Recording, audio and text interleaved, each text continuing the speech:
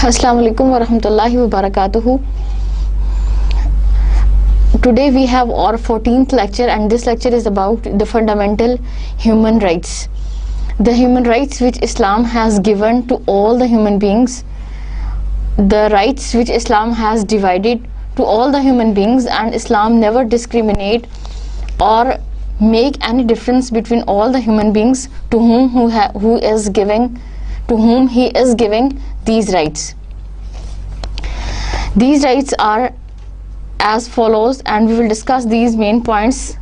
First of all, the importance of rights, types of rights,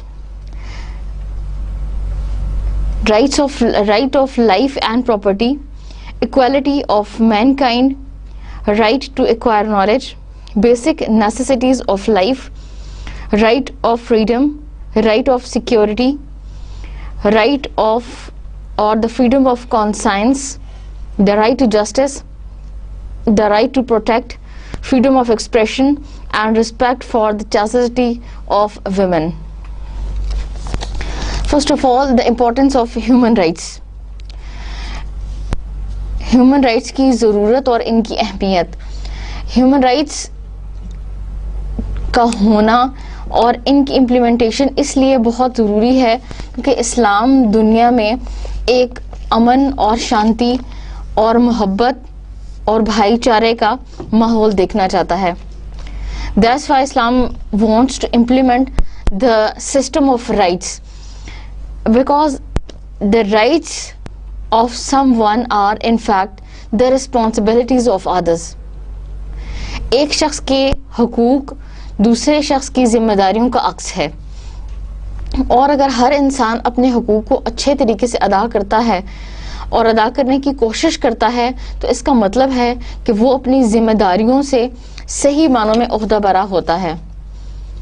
اور یہی rights, یہی حقوق جب ان کو ایک انسان ادا کرتا ہے تو وہ دراصل اپنے فرائض کی ادائیگی کر رہا ہوتا ہے.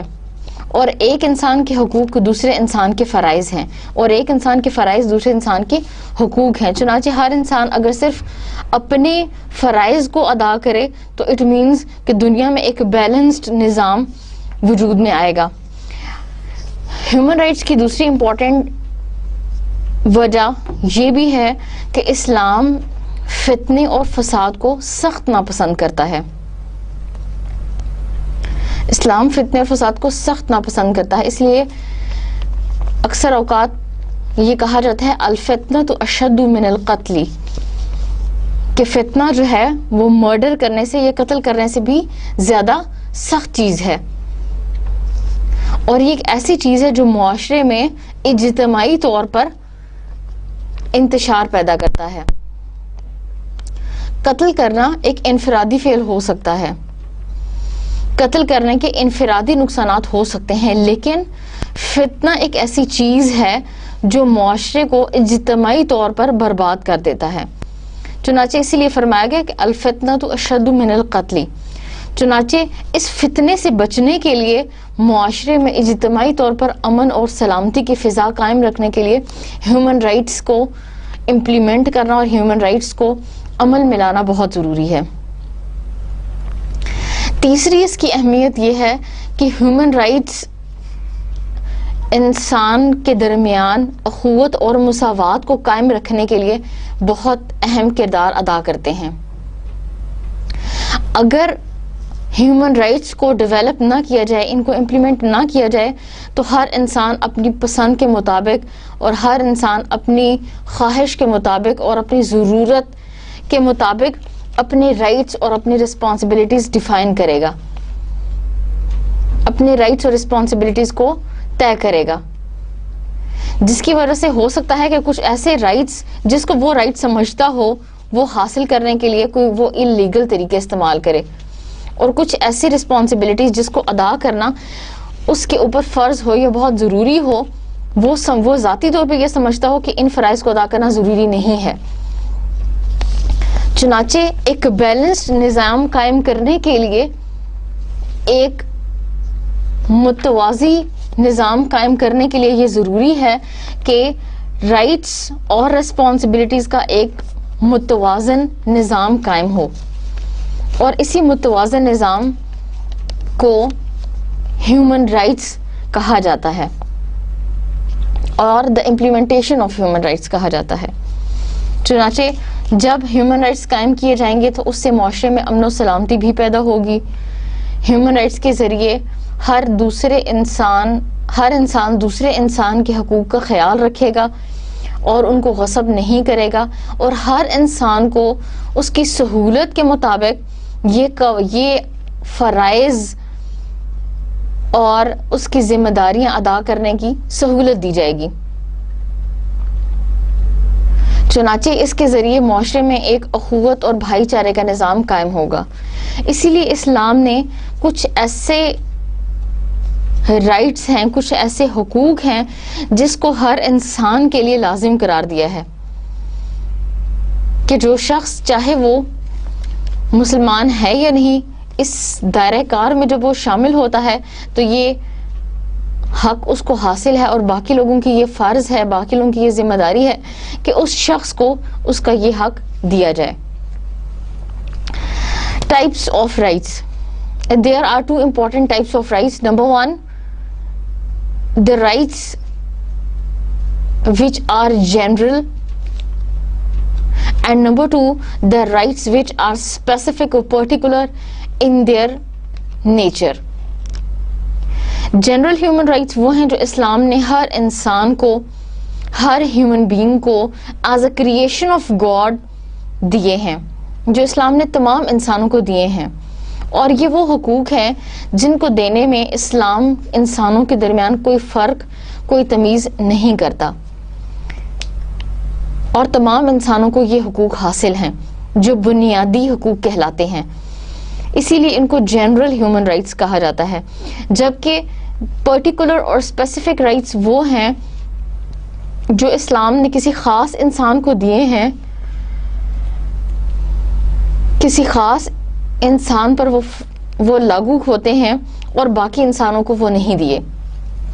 مثلاً رائٹس آف پیرنٹس، جو رائٹس آف پیرنٹس ہیں وہ رائٹس آف ٹیچرز نہیں ہیں. پیرنٹس کے رائٹس اور ہیں، ٹیچرز کے رائٹس اور ہیں. ہو سکتا ہے کہ کچھ درمیانی نیچر کے کچھ ایسے لاز ہوں اور کچھ ایسے رائٹس ہوں جو اسلام نے دونوں کے درمیان ایکولی ڈسٹریبیوٹ کیے ہوں، لیکن وہ حقوق جو پیرنٹس کو دیے گئے ہیں ان حقوق سے ڈفرینٹ ہیں جو ٹیچرز کو دیے گئے ہیں. اسی طرح رائٹس آف ذمیز، the people who are living in Islamic territory and they have not accepted Islam, they are known as Zimmis. Their rights. Likewise, the rights of women, they are different from the rights of men. So, the particular or the specific rights are rights which Islam has awarded to a specific group or to a specific individual which are not implemented, which are not for all the other human beings. And now the rights which we are going to discuss today, they are the fundamental human rights, they are the basic, they are the vital, and they are the most important human rights which Islam has given to each and every human being, which Islam has given to all the human beings. Why Islam has given them all these human rights? Because they are human beings. On humanitarian basis, Islam has given these rights to them because they are the creation of Allah subhanahu wa ta'ala. چونکہ وہ اللہ تعالیٰ کی تخلیق ہے، اللہ کی مخلوق ہے، اس لیے اللہ تعالیٰ نے ان کو یا اسلام نے ان کو یہ بنیادی حقوق عطا کیے ہیں. اور یہ حقوق ادا کرنے میں اسلام کسی مسلمان یا کافر، کسی ذمی یا مسلمان، کسی کرسچن یا جو، کسی بھی ریس، نسل جنریشن، ٹرائب اور کسی بھی چیز میں اسلام فرق نہیں کرتا. اسلام یہ بنیادی حقوق تمام انسانوں کو ایک جیسے تقسیم کرتا ہے. مثلا the first and foremost important right, that is the right of life and property. زندہ رہنے اور جائیداد بنانے یا زمین رکھنے یا کوئی بھی پراپرٹی جس کو انسان اپنی ملکیت سمجھ سکتا ہے، ایسیٹس آف ہیومن بینگز، ان کو رکھنے کا رائٹ جو ہے وہ اسلام تمام انسانوں کو دیتا ہے. اسلام ایک انسان کی زندگی کو بہت زیادہ اہمیت دیتا ہے. یہی وجہ ہے کہ کسی بھی حالت میں انسان کسی دوسرے انسان کی جان نہیں لے سکتا. اللہ سبحانہ وتعالیٰ says in Holy Quran, if anyone slew a person unless it be for murder or the spreading mischief in the land, it would be as if he slew the whole humanity. And if anyone saved a life, it would be as if he saved the life of the whole humanity. کہ اگر کسی انسان نے کسی انسان کی زندگی کو بچایا ہے تو ایسے ہے گویا اس نے تمام انسانوں کی زندگی کو بچا لیا. اور اگر کسی انسان نے کسی ایک انسان کی زندگی کو نقصان پہنچایا یا ختم کیا تو گویا اس نے تمام نسل انسانی کو ختم کر دیا. ہاں اگر کوئی انسان کسی کو قتل کر دے اور اس کے مقابلے میں اس کی جان لی جائے یا پھر جوابی کارروائی کرتے ہوئے یا کوئی انسان دنیا میں فساد پھیلا رہا ہو اور اس کی جان لی جائے، یہ ایک الگ کیس ہے، یہ ایک الگ معاملہ ہے. کہ اگر کوئی انسان دنیا میں فساد پھیلائے یا پھر کوئی انسان کسی انسان کو قتل کر دے یا پھر دنیا میں کوئی ایسی انسان غلطی اور گناہ کرے جس کا کفارہ ہی قتل ہو تو اس کا معاملہ الگ ہے. اور کوئی انسان ذاتی طور پر یہ طے نہیں کر سکتا کہ اس جرم کی سزا کے طور پر اس انسان کی زندگی چھین لی جائے یا اس کی زندگی کو ختم کر دیا جائے، بلکہ یہ ایک پراپر کورٹ آف لا جو ہے، دی لائف ان ریٹیلیشن، مقابلے میں یا بدلے کے طور پر انسان کی زندگی کو ختم کیا جائے گا. یہ جو ہے وہ ایک پراپر کورٹ آف لا، یہ ایک پراپر گورنمنٹ جو ہے وہ اس کیس کو فالو کرے گی اور وہ یہ پتہ چلائے گی کہ کیا اس انسان کی زندگی کو چھینا جا سکتا ہے یا نہیں چھینا جا سکتا. لیکن انڈیویجولی، انفرادی طور پر کسی انسان کے اوپر یہ لازم نہیں ہے اور کسی بھی صورت میں اس کے لیے یہ جائز نہیں ہے کہ وہ کسی دوسرے انسان کی زندگی کو نقصان پہنچا سکے یا اس کی زندگی کو چھین سکے. کیوں؟ اس لیے کہ اللہ تعالیٰ کی مخلوق ہونے کی حیثیت سے اللہ تعالیٰ نے اسے رائٹ آف لائف جو ہے وہ دیا ہے. اللہ سبحانہ وتعالیٰ says in another word, be good to your parents, kill not your children on a plea of want. We provide sustenance for you and for them. Come not nigh to shameful deeds, whether open or secret. Take not life which God hath made sacred, except by the way of justice and law. Thus He command you that you may learn wisdom. Verse number 151, سورہ number 6. اللہ سبحانہ تعالیٰ کہتے ہیں کہ اپنے والدین کے ساتھ اچھا سلوک کرو اور اپنے اولاد کو رزق کے خرچ سے یا رزق کے ڈر سے مت قتل کرو. ہم تمہیں بھی رزق فراہم کرتے ہیں اور ان کو بھی کریں گے.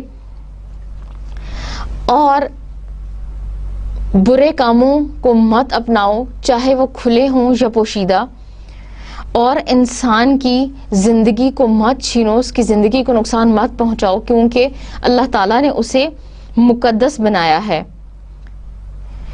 ہاں، انصاف پر مبنی اور قانون کے مطابق کسی کی زندگی کو ختم کرنا بہرحال کچھ صورتوں میں جائز ہے. اور اللہ سبحانہ تعالیٰ تمہیں احکام دیتا ہے کہ تم شاید عقل مندی سیکھو. ایک اور جگہ اللہ سبحانہ تعالیٰ کہتے ہیں and do not eat up. Okay, this is about the right of property. چنانچہ بہت ساری قرآن کی آیات اور احادیث جہاں بھی انسان کے رائٹ آف لائف کا ذکر آیا ہے وہاں اللہ تعالیٰ نے قرآن میں اس کے لیے لفظ نفس کا استعمال کیا ہے. And this word nafs is general in its perception, in its meaning. لفظ نفس جو ہے یہ تمام انسانوں کے لیے شامل ہے. اس میں مسلمان، غیر مسلم، نیٹو، فارنر تمام انسان شامل ہیں.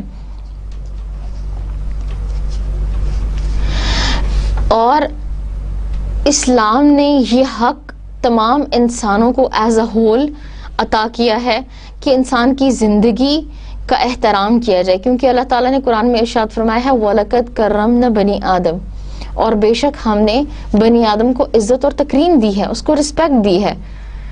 چنانچہ ہر انسان کا یہ فرض ہے کہ وہ دوسرے انسان کی انسان ہونے کے ناطے سے اس کی حیثیت کو تسلیم کرے، اس کے رائٹ آف لائف کو ایڈمائر کرے اور اس کو ایکسیپٹ کرے. چنانچہ ہم یہ دیکھتے ہیں کہ اسلام کا جو کانسٹیٹیوشن ہے، اسلام کا جو لا ہے، وہ تمام انسانوں کے لیے ایک جیسا ہے، تمام انسانوں کے لیے برابر ہے. اس میں کوئی نسل پرستی، کوئی قبیلہ پرستی، کوئی سپریورٹی اور انفیریورٹی کمپلیکس نہیں ہے. چنانچہ اسلام نے دوسرے انسان کی زندگی کے احترام کو قبول کیا ہے، اور چاہے اس انسان کا تعلق دنیا کے کسی بھی مذہب سے ہو، اور چاہے دنیا کے کسی بھی ریس سے اس کا تعلق ہو، اور چاہے وہ انسان مسلمان ہو یا کافر ہو، اس کو اسلام نے یہ حق دیا ہے کہ وہ دنیا میں رہ سکتا ہے اور اس کے رائٹ آف لائف کو دوسرے انسان ایکسیپٹ کریں.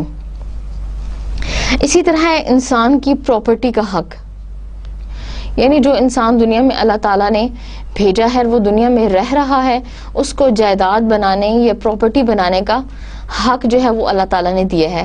ہاں، یہ اسلام نے ضرور اس کو حکم دیا ہے کہ جو انسان جائیداد بنائے اور اپنی پراپرٹی بنائے یا اپنے ضرورت کے لیے کچھ بنائے، وہ اس کو جمع کر کے اور اس پر غرور اور تکبر نہ کرے، بلکہ اس کو اللہ تعالیٰ کی بلیسنگز میں سے ایک بلیسنگ سمجھے اور اس پر اللہ تعالیٰ کا شکر ادا کرے، اور یہ سمجھے کہ اللہ تعالیٰ نے اپنی نعمت کے طور پر اس کو یہ فیسلٹی یا یہ سہولت دی ہے، اور اس پر ذاتی ایروگنس اور تکبر اور وینٹی نہ کرے. چنانچہ اللہ تعالیٰ فرماتے ہیں and do not eat up your property among yourselves for vanities, nor use it as bait for the judges with intent that you may eat up wrongfully and knowing a little of people's property. Verse number 188 سورہ number 2. اللہ سبحانہ تعالیٰ کہتے ہیں کہ دوسرے انسان کے مال غرور اور تکبر کی بنیاد پر مت کھاؤ، اور دوسروں کے مال کو یہ جانتے ہوئے کہ تم ظلم کر رہے ہو اور یہ جانتے ہوئے کہ یہ کسی اور کی ملکیت ہے، تم غلط انداز میں مت استعمال کرو. یہاں تک کہ اسلام نے اس بات پر اس قدر زور دیا ہے کہ اگر شوہر بیوی کے مال کو بھی اس کی اجازت کے بغیر استعمال کرے گا تو اسلام نے اس کو سخت ناپسند کیا ہے. بلکہ اسلام یہ کہتا ہے کہ اگر شوہر بیوی کے مال کو استعمال کرنا چاہتا ہے یا اس میں ذاتی تصرف چاہتا ہے تو وہ اس کی مرضی کے مطابق اس مال کو استعمال کر سکتا ہے. اللہ سبحانہ وتعالیٰ says to men is allotted what they earn and to women what they earn. کہ اللہ تعالیٰ نے دونوں کے لیے جو مال انہوں نے خود کمایا ہے اس میں اللہ تعالیٰ نے ایک حصہ رکھا ہے. And even a husband has no right to use the property of her wife, his wife, in the address which the Prophet Muhammad delivered on the occasion of farewell Hajj. حجۃ الوداع کے موقع پر نبی کریم صلی اللہ علیہ وسلم نے جو خطبہ دیا اس میں نبی کریم صلی اللہ علیہ وسلم نے واضح الفاظ میں یہ فرما دیا کہ مرد جو ہے وہ عورت کی جائیداد میں سے یا اس کی پراپرٹی میں سے اس کی اجازت کے بغیر کچھ نہیں لے سکتا. Prophet Muhammad has said, your lives and properties are forbidden to one another till you meet your Lord on the day of resurrection. The Prophet also said about the zimmis, one who kills a man under covenant, that is zimmi, will not even smell the fragrance of the paradise. کہ پہلے تو نبی کریم صلی اللہ علیہ وسلم نے یہ فرمایا کہ تم مرد جو ہے وہ عورت کے مال میں دست اندازی کرے اور اس کو اپنی مرضی سے استعمال کرے تو اللہ تعالیٰ نے یہ قیامت کے دن تک یہ بات منع کر دی ہے.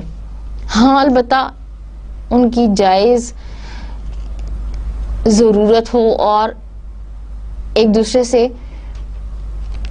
اجازت لینے کے بعد ایک دوسرے کے مال کو وہ استعمال کر سکتے ہیں. اور اللہ تعالیٰ نے ایک دوسرے انسانوں کے حقوق کا اتنا خیال رکھا ہے کہ ذمہ وہ لوگ جو مسلمان نہیں ہیں لیکن مسلمانوں کی ٹیریٹری میں مسلمانوں کے علاقوں میں کسی ایگریمنٹ کے تحت رہ رہے ہیں ان کے بارے میں اللہ تعالیٰ کے نبی نے فرمایا ہے کہ اگر تم میں سے کوئی انسان کسی ذمہ کو قتل کرتا ہے تو وہ جنت کی خوشبو بھی نہیں پا سکے گا. چنانچہ ہم یہ کہہ سکتے ہیں کہ right of life is a general right which Islam has given to all the human beings, and Islam never creates any kind of difference between Muslims and the non-Muslims, between Zimmis and the real citizens, and between the Christians or the Jews, or having any race or tribe, but Islam has given this right of life and property to all the human beings where they are living. The second right which Islam has given, that is the equality of mankind. انسانوں کی مساوات، برابری اور بھائی چارہ.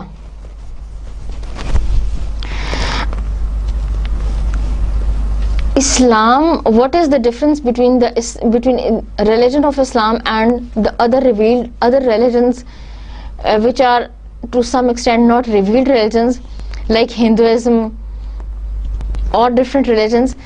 The main difference is that Islam is a religion which is close to human nature and which is based on humanitarian principles. اسلام کی بنیاد انسانی مساوات اور انسانی فطرت کے اصولوں کے مطابق رکھی گئی ہے. چنانچہ اسلام کسی بھی کاسٹ سسٹم کو، کسی بھی ڈویژن کو انسانوں کے درمیان قبول نہیں کرتا، بلکہ اسلام تمام انسانوں کو برابری، مساوات، عدل کے درجے پر لاتا ہے اور تمام انسانوں کو برابر قرار دیتا ہے. اسلام انسانوں کے درمیان ایک انسان ہونے کی حیثیت سے کوئی فرق نہیں کرتا. چنانچہ اللہ سبحانہ تعالیٰ تمام انسانوں کی مساوات کے بارے میں قرآن میں ارشاد فرماتے ہیں، O mankind, we created you from a single pair of a male and a female and made you into nations and tribes that you may know each other. Verily, the most respected, the most honored of you in the sight of Allah subhanahu wa ta'ala is the most righteous of you. And God has full knowledge and He is well acquainted. The verse number 13, surah number 49. اللہ سبحانہ وتعالیٰ کہتے ہیں کہ تمام انسانوں کو اللہ تعالیٰ نے، بنی آدم کو اللہ تعالیٰ نے ایک جوڑے سے پیدا کیا ہے. اور اللہ تعالیٰ نے انسانوں کے قبائل اور اقوام اس لیے بنائی ہیں تاکہ انسان ایک دوسرے کو پہچان سکے. اور اللہ تعالیٰ کے نزدیک سب سے زیادہ عزت والا وہ ہے جو سب سے زیادہ اچھے اعمال کرنے والا ہے. اور اللہ تعالیٰ تمام چیزوں سے واقف ہے اور اللہ تعالیٰ کے پاس ہر چیز کا مکمل علم موجود ہے. ایک اور جگہ اللہ سبحانہ تعالیٰ فرماتے ہیں mankind was one single nation. verse number 213 سورہ نمبر 2 کہ تمام انسان اصل میں ایک ہی امت ہیں اور تمام انسانوں کی بنیاد ایک ہی ہے.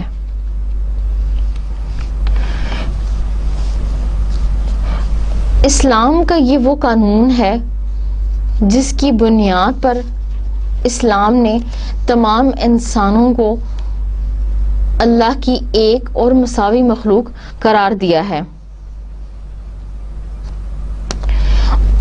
And Islam doesn't recognizes any difference between the human beings regarding their color or their race or their nation or their city, but Islam wants to create in themselves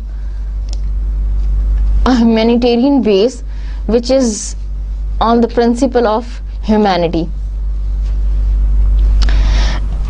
Allah subhanahu wa ta'ala says the word "O mankind." Allah subhanahu wa ta'ala has used this term in the Holy Quran, and there are many places in which Allah subhanahu wa ta'ala has addressed to the human beings saying "O mankind." And this word is very obvious. This is very common and general word which includes all the human beings. So it means that the word "O mankind" doesn't create any kinds of difference between the human beings regarding their race or color or generation or their country. That's why Islam has given the concept of ummah. یہی وجہ ہے کہ اسلام نے ایک امت ہونے کا تصور پیش کیا ہے. اور تمام انسانوں کے لیے بنی آدم یعنی آدم کی اولاد یا انسانیت کا لفظ استعمال کیا ہے. چنانچہ وہ تمام تفریقات، وہ تمام اختلافات جو انسانوں کی زبان کی بنیاد پر ہیں یا جس کی بنیاد تکبر اور غرور ہے یا پھر سپریورٹی کمپلیکس ہے کہ ہم دوسرے انسانوں سے بہتر ہیں، اسلام اس کو ڈسکریمنیٹ کرتا ہے، اسلام اس کو ڈس لائک کرتا ہے، اسلام اس کو ناپسند کرتا ہے. بلکہ اسلام کہتا ہے کہ تمام انسان برابر ہیں. اور اللہ تعالیٰ نے یہ بھی بتا دیا کہ اگر کوئی شخص اللہ تعالیٰ کے نزدیک زیادہ عزت والا ہے، that is on the basis of righteousness, کہ اگر کوئی انسان زیادہ اچھے کام کرتا ہے، زیادہ نیک کرتا ہے، تو وہ شخص اللہ تعالیٰ کے نزدیک زیادہ عزت والا ہے. لیکن اس کے علاوہ کسی انسان میں کوئی ایسی چیز نہیں پائی جاتی جس کی بنیاد پر اللہ تعالیٰ انسانوں کے درمیان تفریق کرتا ہو. اور حدیث میں بہت سارے ایسے الفاظ ملتے ہیں جس کے ذریعے نبی کریم صلی اللہ علیہ وسلم نے انسانوں کے درمیان مساوات کو بیان کیا ہو. خطبہ حجۃ الوداع کے موقع پر نبی کریم صلی اللہ علیہ وسلم نے فرمایا کہ کسی عربی کو اجمی پر اور کسی اجمی کو عربی پر کوئی فضیلت نہیں، کوئی برتری نہیں، کوئی فوقیت نہیں، اور نہ ہی کسی گورے کو کالے پر اور نہ ہی کسی کالے کو گورے پر، لیکن تقوی کی بنیادوں پر، لیکن تقوی کے ساتھ. اگر کوئی انسان زیادہ متقی ہے، زیادہ اللہ تعالیٰ سے ڈرنے والا ہے اور اللہ تعالیٰ کے قوانین اور ضوابط کو زیادہ اچھے طریقے سے پورا کرنے والا ہے، ہاں اللہ سے ڈر کی بنیاد پر وہ زیادہ نیک کام کرتا ہے تو وہ اللہ تعالیٰ کے نزدیک باقی لوگوں سے قدرے بہتر ہے. لیکن جہاں تک انسانیت کا تعلق ہے تو اللہ تعالیٰ نے ایک انسان ہونے کی ناطے اور ایک آدم علیہ السلام کی اولاد ہونے کی خاطر تمام انسانوں کو برابر قرار دیا ہے. تمام انسانوں کو ایک جیسا مانا ہے اور اللہ تعالیٰ ان کو ایک انسان ہونے کی حیثیت سے برابر حقوق اور فرائض ادا کرتا ہے. اور تمام انسان چونکہ حضرت آدم علیہ السلام کی اولاد ہیں اور آدم کو مٹی سے پیدا کیا گیا تھا، اس لیے تمام انسان جو ہیں وہ آپس میں برابر ہیں. یہ نبی کریم صلی اللہ علیہ وسلم کے الفاظ، یہ حدیث ہمیں یہ بتاتی ہے کہ وہ تمام بنیادیں وہ تمام اصول جن کی بنیاد پر کچھ لوگ race, colour, system, generation, nations کی بنیاد پر جو فرق لاگو کرتے ہیں، اسلام نے اس کو سخت ناپسند کیا ہے اور اسلام ایسے تمام تفریقات کو ریجیکٹ کرتا ہے. اور اس کی سب سے بڑی ایگزامپل، اس کی سب سے روشن مثال ہم حج کے موقع پر دیکھتے ہیں کہ ہر انسان، چاہے اس کا کوئی بھی مذہب ہو، چاہے وہ کسی بھی سوچ سے تعلق رکھنے والا ہو، چاہے وہ کسی بھی نسل سے تعلق رکھنے والا ہو، اس کی قوم مختلف ہو، لیکن جب وہ دو کپڑے پہن کر اللہ تعالیٰ کی وحدانیت کو قبول کرتے ہوئے اور اللہ تعالیٰ کے سامنے عجز اور انکساری کے ساتھ لبیک اللہم لبیک کا نعرہ لگاتا ہے، تو اللہ تعالیٰ اس کے اس نعرے کو، اللہ تعالیٰ اس کے اس پکار کو قبول کرتے ہیں اور اس کا جواب دیتے ہیں.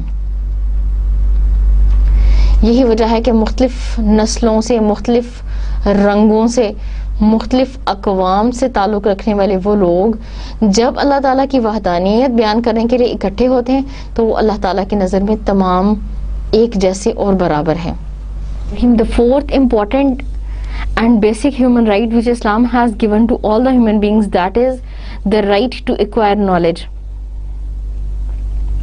Islam is the religion which has emphasized greatly and strongly on acquiring the knowledge. اور اسلام نے علم کی اہمیت کو کیسے روشناس کرایا ہے، اس کا اندازہ پہلی وحی سے ہوتا ہے. سب سے پہلی وحی جو اللہ تعالیٰ نے نبی کریم صلی اللہ علیہ وسلم پر بھیجی وہ بھی علم ہی سے متعلق تھی. اللہ سبحانہ وتعالیٰ says, proclaim or read in the name of thy Lord who created man out of a clot of blood. Proclaim, and thy Lord is most bountiful, he who taught the use of pen, taught man that which he knew not. اقرأ بسم ربك الذي خلق خلق الإنسان من علق اقرأ وربك الأكرم الذي علم بالقلم علم الانسان ما لم يعلم. یہ پہلی وہ 5 آیات تھیں جو علم کی اہمیت پر زور دیتی ہیں اور انہی سے پتہ چلتا ہے کہ اللہ تعالیٰ نے علم کے حصول کو کس قدر اہمیت دی ہے. اس کے علاوہ بہت ساری قرآن میں ایسی آیات ہیں جن سے پتہ چلتا ہے کہ اسلام نے علم کو حاصل کرنے اور علم کی برتری اور فضیلت کو کیسے سمجھا ہے اور اس کو کتنی اہمیت دی ہے. یہاں تک کہ نبی کریم صلی اللہ علیہ وسلم نے فرمایا کہ ایک عالم کو ایک عابد پر فضیلت اور برتری حاصل ہے. اور اسی طرح قرآن میں اللہ تعالیٰ نے ایک جگہ فرمایا Are those who know equal to those who do not know? هل يستوي الذين يعلمون والذين لا يعلمون. verse number 9 سورہ نمبر 39. کیا وہ لوگ جن کے پاس علم ہے، جن کو اللہ تعالیٰ نے علم عطا کیا ہے، وہ لوگ اور وہ جن کے پاس علم نہیں ہے برابر ہو سکتے ہیں؟ اور ایک اور جگہ اللہ تعالیٰ ارشاد فرماتے ہیں کہ نبی کریم صلی اللہ علیہ وسلم نے فرمایا، جو ان کی ایک بہت کامن دعا تھی، ربی زدنی علما، O my Lord advance me in knowledge. Verse number 114 and سورہ نمبر 20. اور اسی طرح بے شمار ایسی احادیث ہیں جن سے یہ پتہ چلتا ہے کہ علم حاصل کرنا ہر انسان کا بنیادی فرض ہے، اور یہ حق اللہ تعالیٰ نے تمام انسانوں کو دیا ہے، چاہے وہ کسی بھی جنس سے تعلق رکھتے ہوں اور چاہے وہ کسی بھی مذہب سے تعلق رکھتے ہوں، کہ علم حاصل کرنا کتنا ضروری ہے. چنانچہ نبی صلی اللہ علیہ وسلم نے فرمایا کہ وہ شخص جو علم کی تلاش میں نکلتا ہے یا علم کے حصول کے لیے نکلتا ہے، سمندر میں موجود مچھلیاں تک اللہ تعالیٰ سے اس کی بخشش اور مغفرت کے لیے دعا کرتی ہیں. اور اسی طرح بہت سی ایسی احادیث ہیں جن سے ان لوگوں کی فضیلت اور برتری کا پتہ چلتا ہے جو لوگ علم حاصل کرتے ہیں، کیونکہ علم حاصل کرنا ایک ایسا بنیادی فریضہ ہے جس کے ذریعے انسان اچھائی اور برائی میں، صحیح اور غلط میں، درست اور گمراہ کن میں فرق محسوس کر سکتا ہے، اور اسی کے ذریعے انسان صحیح اور غلط کو پرکھ سکتا ہے اور اس کے بعد اپنے لیے بہترین راہ کو متعین کر سکتا ہے. اسی لیے علم کے بارے میں کہا جاتا ہے that the person who acquires knowledge it in the way of Lord performs an act of piety. جو انسان علم حاصل کرتا ہے گویا وہ نیکی کا کام کر رہا ہے. who speaks of it praises the Lord. who seeks it adores God. جو اس علم کے بارے میں بولتا ہے گویا کہ وہ خدا کی تعریف کرتا ہے. and who seeks it adores God. and who dispenses instruction in it bestows alms. اور جو اس کو طلب کرتا ہے گویا کہ وہ اللہ تعالیٰ کو پہچانتا ہے، اللہ کو پہچاننے کے لیے کوشش کرتا ہے. and who dispenses instructions in it bestows alms. اور جو شخص اس کے علم کو خرچ کرتا ہے گویا کہ وہ زکوٰۃ ادا کرتا ہے. and who imparts it to its fitting objects performs an act of devotion to God. اور جو بندہ اپنے علم کے مطابق عمل کرتا ہے گویا کہ وہ ایکٹ آف ورشپ کر رہا ہے. چنانچہ یہی وہ علم ہے جس کی بنیاد پر انسان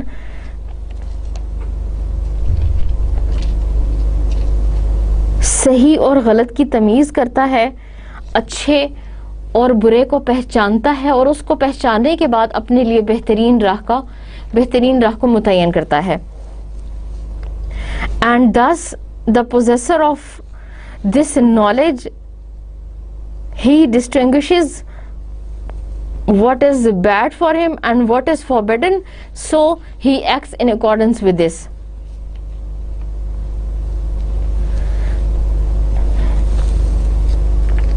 اور اگر ہم اس حکم اور اس قانون کی کہ اسلام نے تمام انسانوں کو علم حاصل کرنے کا حق دیا ہے، ہر انسان کا یہ فرض ہے کہ وہ دوسرے انسان کو ایسے ذرائع میسر کرے کہ وہ انسان اپنی سہولت کے مطابق علم حاصل کرے، اس کی بہترین مثال ہم نبی کریم صلی اللہ علیہ وسلم کے زمانے میں دیکھ سکتے ہیں کہ عرب وہ جو جاہل تھے لیکن اللہ تعالیٰ نے انہیں قدرتی طور پر ذہانت اور علم عطا کیا تھا. جب انہوں نے اس علم پر عمل کیا اور اس علم کو سیکھا تو وہ دنیا کے عالموں میں شامل ہو گئے. اور یہی وجہ ہے کہ وہاں عرب کا ایک ایک بچہ نبی کریم صلی اللہ علیہ وسلم کے زمانے کے آنے کے بعد پڑھا لکھا شمار ہونے لگا. اور پڑھا لکھا تھا اس معنی میں کہ وہ نہ صرف دین کا بلکہ دنیا کا بھی علم رکھتا تھا. اور مسلمانوں کی تاریخ ایسے بہترین ناموں سے بھری پڑی ہے، ایسی بہترین شخصیات کو ذکر کرتی ہے جنہوں نے علم حاصل کیا اور جنہوں نے نہ صرف دین کا علم حاصل کیا بلکہ میڈیکل، طب، ایسٹرونومی، ایسٹرولوجی، میڈیکل سائنس اور بہت سارے علوم کے بارے میں علم حاصل کیا اور انہوں نے بہت پختہ علم حاصل کیا اور پھر اس سے نہ صرف خود فائدہ اٹھایا بلکہ دنیا کے دوسرے لوگوں تک بھی اس نالج کو پہنچایا. چنانچہ ہم یہ کہہ سکتے ہیں کہ اسلام ایک ایسا ریلیجن ہے جس نے جہاں بنیادی طور پر انسانوں کو بہت سارے حقوق اور فرائض دیے ہیں وہاں پر یہ حق بھی انسان کو دیا ہے کہ ہر انسان علم حاصل کر سکتا ہے. علم حاصل کرنے کی راہ میں کسی انسان کے درمیان کوئی رکاوٹ نہیں ہے. Then that is the right to the basic necessities of life. بنیادی ضرورت زندگی کی فراہمی کا حق اسلام نے تمام انسانوں کو دیا ہے. جہاں تک انسان کے اکنامک رائٹس کا معاشی اور معاشرتی حقوق کا تعلق ہے تو قرآن میں اللہ تعالیٰ نے ارشاد فرمایا ہے وفی مالہم وفی اموالہم حق للسائل والمحروم and in their wealth there is a right for the needy and the destitute. Verse number 19 سورہ نمبر 51 کہ بے شک مسلمانوں کے مال میں اور ان کے مال میں ان لوگوں کے لیے بھی حصہ ہے جو غریب اور نادار ہیں یا جن کو مال کی ضرورت ہے. اس آیت کا پس منظر دیکھنے سے معلوم ہوتا ہے کہ یہ آیت مکہ میں نازل ہوئی اور مکہ ایک ایسی جگہ تھی جہاں پر زیادہ تر مسلمانوں کا واسطہ اور مسلمانوں کے ارد گرد کی جو کمیونٹی تھی وہ زیادہ تر نان بلیورز پر مشتمل تھی، مشرکین پر مشتمل تھی. چنانچہ اللہ تعالیٰ نے مسلمانوں کو یہ بتایا اور مسلمانوں پر یہ فرض قرار دیا کہ ان کو جو مال اللہ تعالیٰ نے عطا کر دیا ہے اس میں ان لوگوں کا بھی حصہ ہے جو اگرچہ ہیں تو مشرک، ہیں تو نان بلیورز، لیکن مسلمانوں کے مال میں اللہ تعالیٰ نے ان کے لیے بھی حصہ رکھا ہے. چنانچہ انہیں یہ چاہیے کہ اپنے مال میں سے دوسروں کے لیے خرچ کریں، دوسروں کی بھلائی کے لیے خرچ کریں، اور اگر اپنا مال خرچ کر کے کسی انسان کو کوئی بنیادی ضرورت زندگی وہ فراہم کر سکتے ہیں تو انہیں کرنا چاہیے. اور یہ تو ان لوگوں کا تعلق تھا جو نان بلیورز تھے. اب وہ مسلمان جو کسی مسلمان کمیونٹی میں رہتا ہے اور اس کو اللہ تعالیٰ نے مال عطا کیا ہے، رزق دیا ہے، بلیسنگ ہے اس کے اوپر اللہ تعالیٰ کی، تو اس کا یہ حق ہے کہ وہ باقی انسانوں کی بیسک جو نیسیسٹیز آف لائف ہیں، اگر کوئی انسان ایسا ہے جس کے پاس بنیادی ضرورتیں زندگی پوری کرنے کے لیے مال نہیں ہے، پیسے نہیں ہیں، تو اس کو اکنامکلی اتنا اسٹرانگ بنائے، اس کی اتنی مدد کرے کہ وہ ان پرابلم سے یا ان مشکلات سے جو اسے مالی طور پر ہیں حل ان کو کرنے کے لیے اور ان سے باہر نکلنے کے لیے اس کی مدد کر سکے. اس کے بعد ہے right of freedom. Right of freedom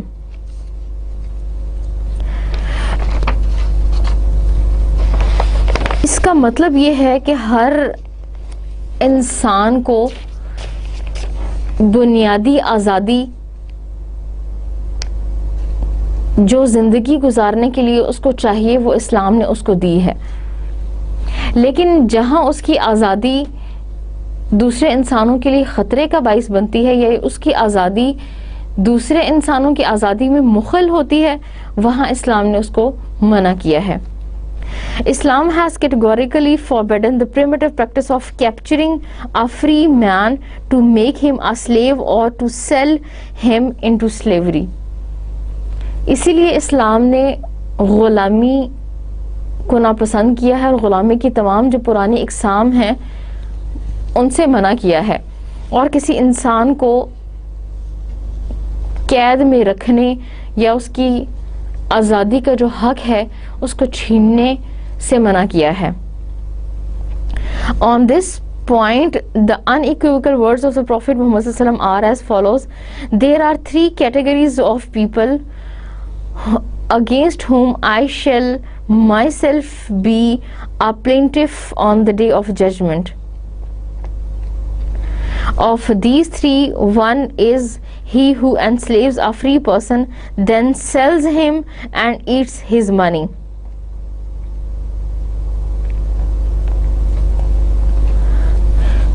کہ نبی صلی اللہ علیہ وسلم نے فرمایا کہ یہ بہت بری, کسی انسان کا بہت برا اور غلط فعل سمجھا جاتا ہے کہ کوئی انسان کسی انسان کو قیدی بنا لے اور اس کی آزادی کو ختم کر دے, اور قیامت کے دن میں خود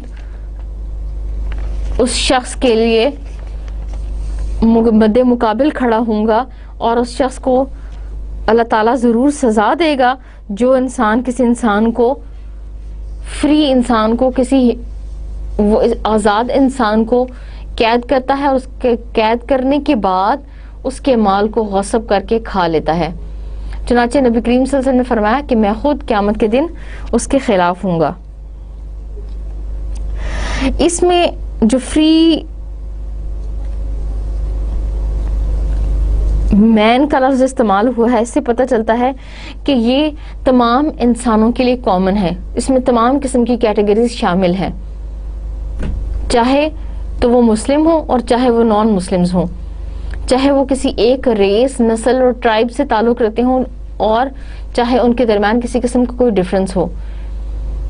But if someone is going to enslave some person and he is going to grab the freedom of that person, it means that he is ignoring and he is capturing the right of freedom of that life. So اسلام نے کسی کو یہ حق نہیں دیا کہ کوئی انسان کسی دوسرے انسان کی آزادی کے اوپر غاصب ہو سکے. اس کے بعد آتا ہے right of security. The Quran organizes and gives, discusses, have categorically emphasized the privacy of human beings, and Islam protects their secrecy and their privacy as an individual right of the human beings. For example, Allah subhanahu wa ta'ala says, "O you who believe, enter not houses other than your own until you have asked permission and saluted those in them. That is best for you in order that you may heed. If you find no one in the houses, enter not until permission is given to you. If you are asked to go back, that makes the greater purity for yourselves, and God knows well all that you do." اللہ سبحانہ تعالیٰ تمام انسانوں کو privacy اور ان کی individual security کا right ادا کرتے ہیں. اللہ تعالیٰ نے قرآن میں ارشاد فرمایا ہے, ورس نمبر 27 and 28 سورہ نمبر 24, کہ اے ایمان والو, تم گھروں میں, لوگوں کے گھروں میں اس وقت تک داخل نہ ہو جاؤ جب تک تمہیں اجازت نہ دے دی جائے ان لوگوں کے ذریعے جو اس میں رہتے ہیں. یہ تمہارے لیے بہتر ہے تاکہ تم تقوی اختیار کرو, اور اگر تم اس گھر میں جس میں تم جانا چاہتے ہو کسی کو نہ پاؤ تو اس گھر میں بغیر اجازت کے داخل مت ہو. اور اگر تمہیں یہ کہہ دیا جائے کہ چلے جاؤ، واپس چلے جاؤ، یہ حکم دیا جائے تو تم واپس چلے جاؤ، یہ تمہارے حق میں بہت بہتر ہے، کیونکہ اللہ تعالیٰ جو ہے وہ تمام چیزیں جانتا ہے. And all that you do, اور جو تم کرتے ہو اللہ تعالیٰ وہ بھی جانتا ہے، اور جو تمہارے دلوں میں ہے اللہ تعالیٰ اس کو بھی بہتر طور پر جاننے والا ہے. چنانچہ کوئی بھی ایسا قدم جو کسی انسان کی سیکیورٹی یا اس کی پرائیویسی کو ڈسٹرب کرتا ہو، اس کو چھینتا ہو، اسلام نے اس کام سے منع کیا ہے. اس کے بعد آتا ہے فریڈم آف کانسائنس.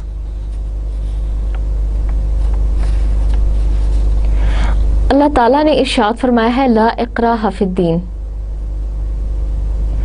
کہ دین میں کوئی جبر، کوئی زبردستی نہیں ہے، دین میں کوئی سختی نہیں ہے، بلکہ دین آسانی اور سہولت کا نام ہے. چنانچہ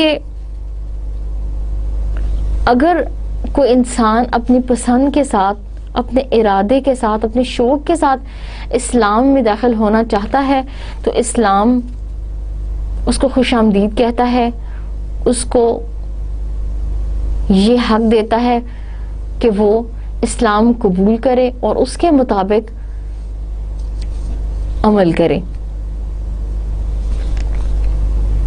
لیکن اگر کوئی شخص اسلام میں داخل نہیں ہونا چاہتا یا اسلام کے قوانین کے مطابق نہیں زندگی گزارنا چاہتا تو ہم جبر اور زبردستی کے تحت کبھی بھی اس کو دین میں داخل ہونے کے لیے مجبور نہیں کریں گے.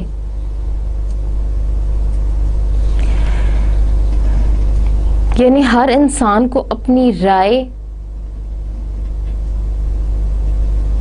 اپنی خیال اور سوچ کی عکاسی کرنے کا حق حاصل ہے.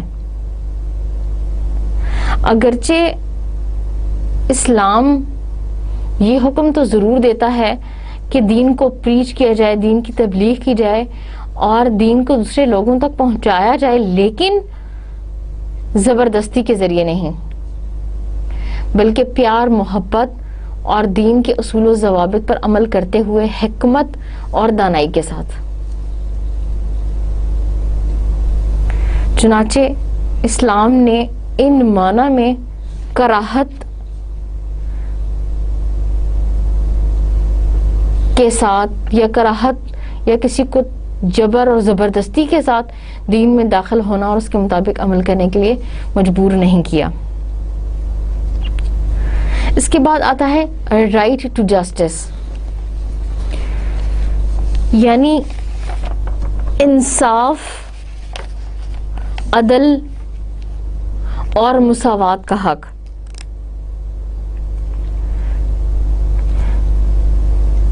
This is a very important right which Islam has given to all the human beings, and Islam has specially emphasized on the human beings in delivering this right to all the other human beings. Allah subhanahu wa ta'ala says in Holy Quran, let not the hatred of some people in once shutting you out of the sacred mosque lead you to transgression. Help you one another in righteousness and piety, but help you not one another in sin and rancor. Fear God, for God is strict in punishment. اللہ سبحانہ وتعالی کہتے ہیں کہ تمہیں کسی انسان کی یا فرقے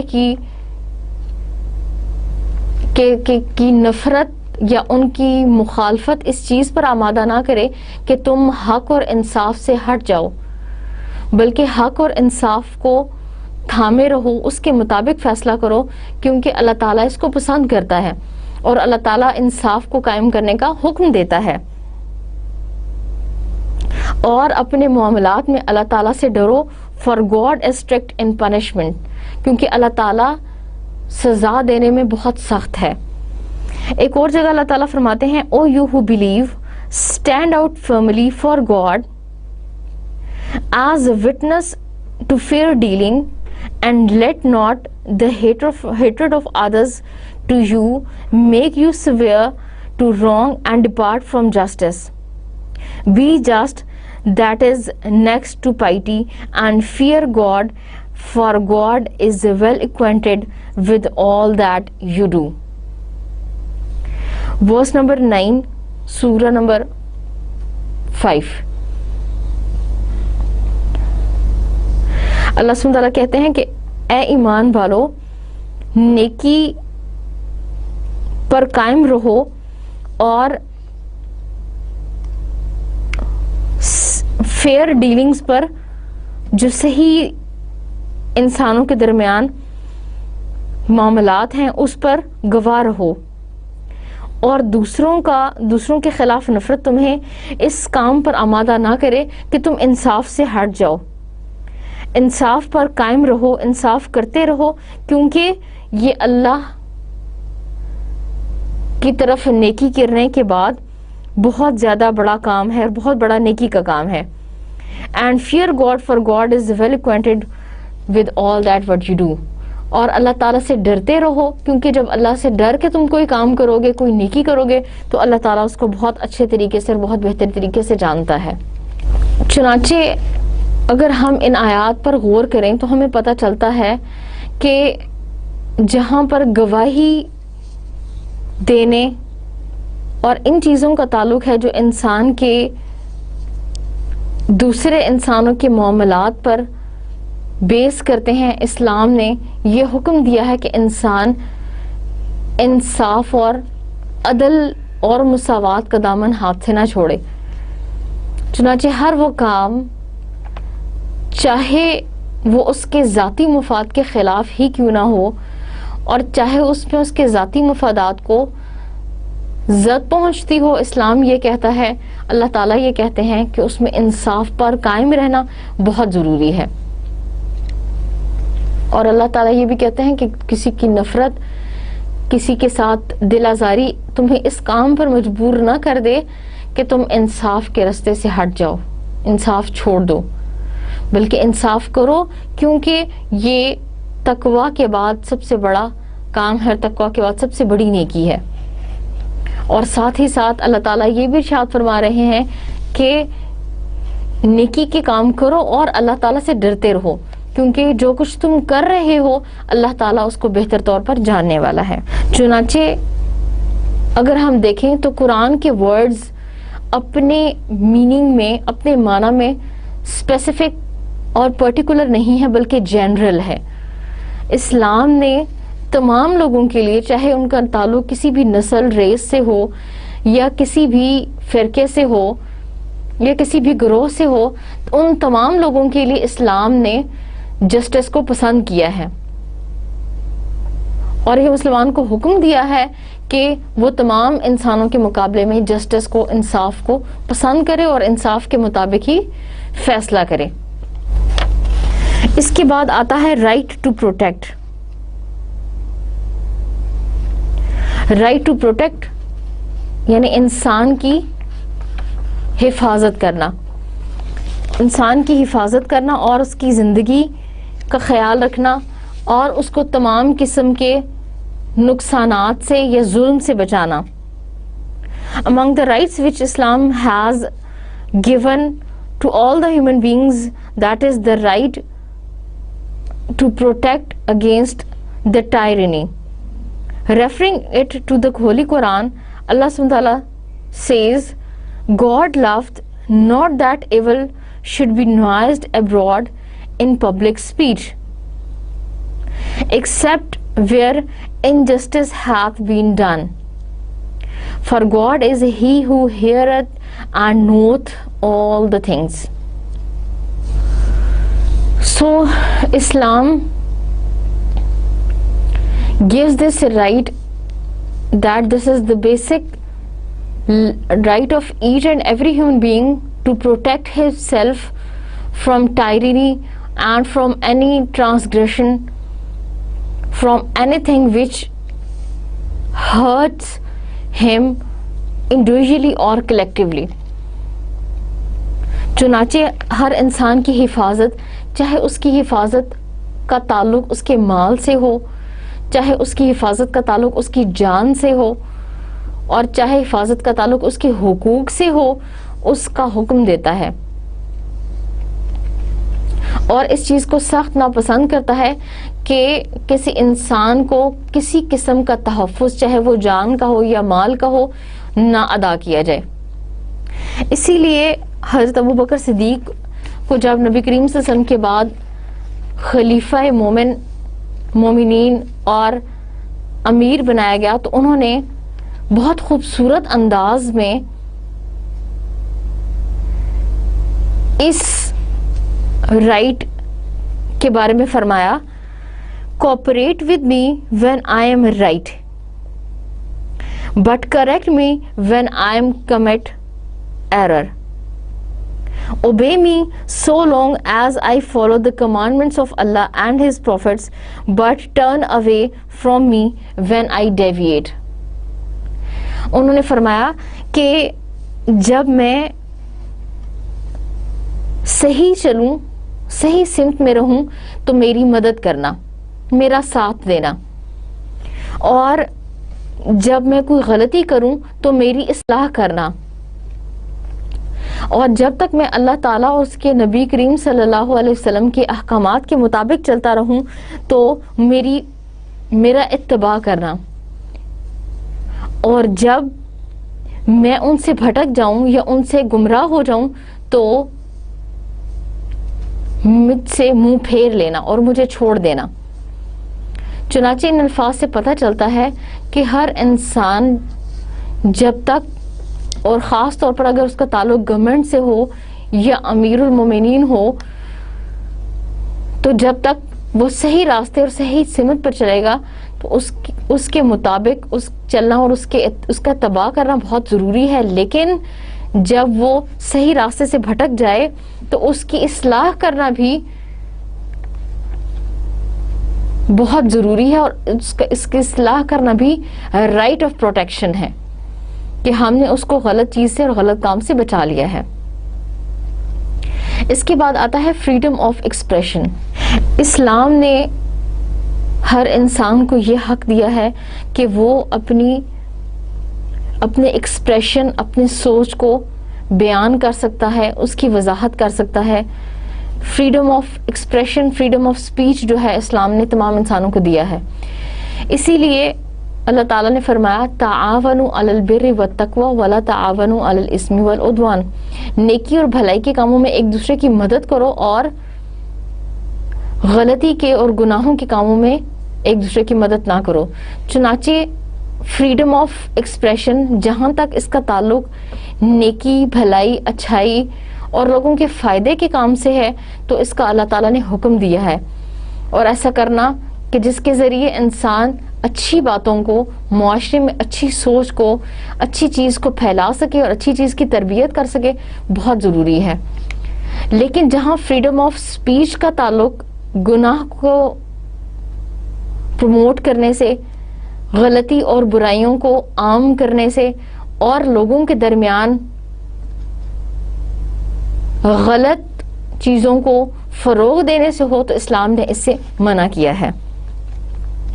چنانچہ اس کا تعلق دونوں پہلوؤں سے ہے، اچھائی سے بھی اور برائی سے بھی. ایک موقع پر تو اسلام اس کو پھیلانے کی، اس کو وسیع کرنے کا حکم دیتا ہے، جبکہ دوسرے موقع پر جہاں یہ انسانوں کے لیے نقصان کا باعث بنتی ہے اللہ تعالیٰ نے اسے منع کیا ہے. اور نبی کریم صلی اللہ علیہ وسلم نے فرمایا The highest kind of jihad is to speak upon for truth in face of a sultan, in face of a king of government who deviates from right path. کہ سب سے بڑا کلمہ حق یہ ہے کہ انسان جابر حکمران کے سامنے اور ایک غلط حکمران کے سامنے سچائی اور انصاف پر مبنی بات کرے.